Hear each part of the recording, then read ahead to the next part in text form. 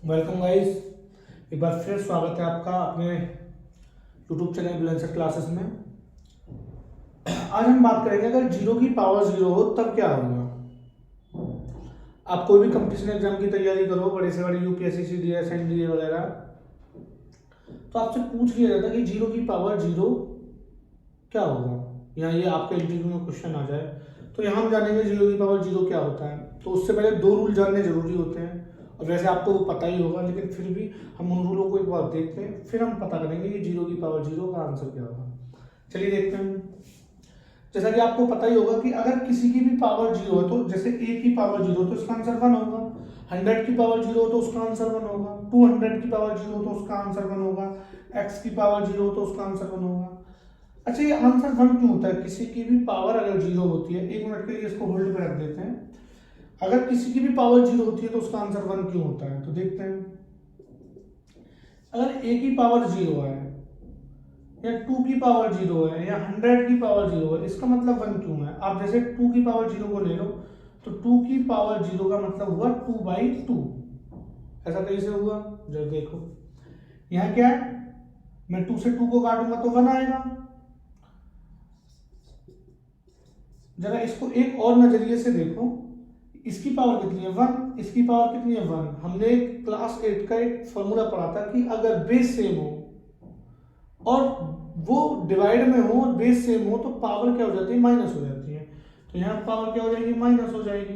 तो टू की power zero, इस तरीके से हम किसी टू की पावर जीरो को वन लिख सकते हैं। तो इसीलिए किसी की भी खोपड़ी आप अगर जीरो दिख जाए तो उसका आंसर कितना था, वन आता है। यानी हमें एक रूल याद रखना, अगर ए की पावर जीरो दिख जाए तो उसका आंसर कितना, वन होगा।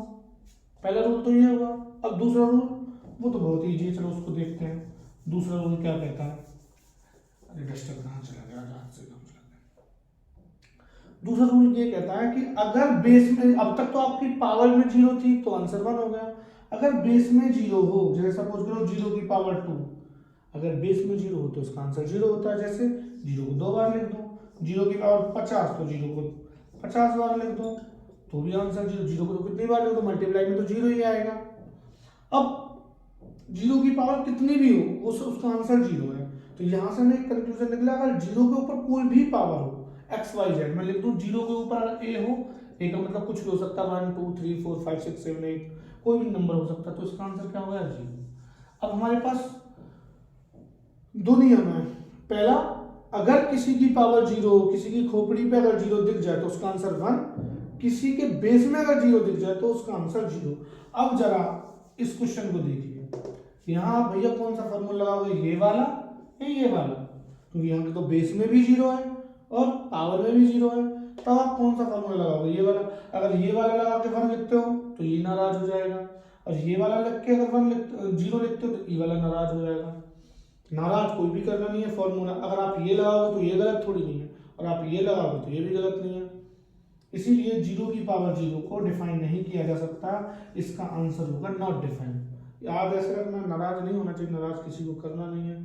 शादी में आए हुए दो फूफा जी हैं इस तरीके से, फूफा को नाराज तो करना नहीं है, ना तुमको देते हैं ना तुमको देते हैं, हमने रख दिया इनफाइन। तो वीडियो को लाइक करो, शेयर कमेंट वगैरह कर दो। मिलते हैं नए क्वेश्चनों के साथ। और वैसे भी अब कंपटीशन के एग्जाम का मैं जल्दी शुरू करने वाला हूँ, चाहे वो एसएससी के लिए पढ़ रहे हो, अब जीडी, चाहे यूपीएससी सीडीएस वगैरह किसी के लिए भी शुरू करता हूँ। चलिए गाइस, मिलते हैं, तब तक के लिए धन्यवाद।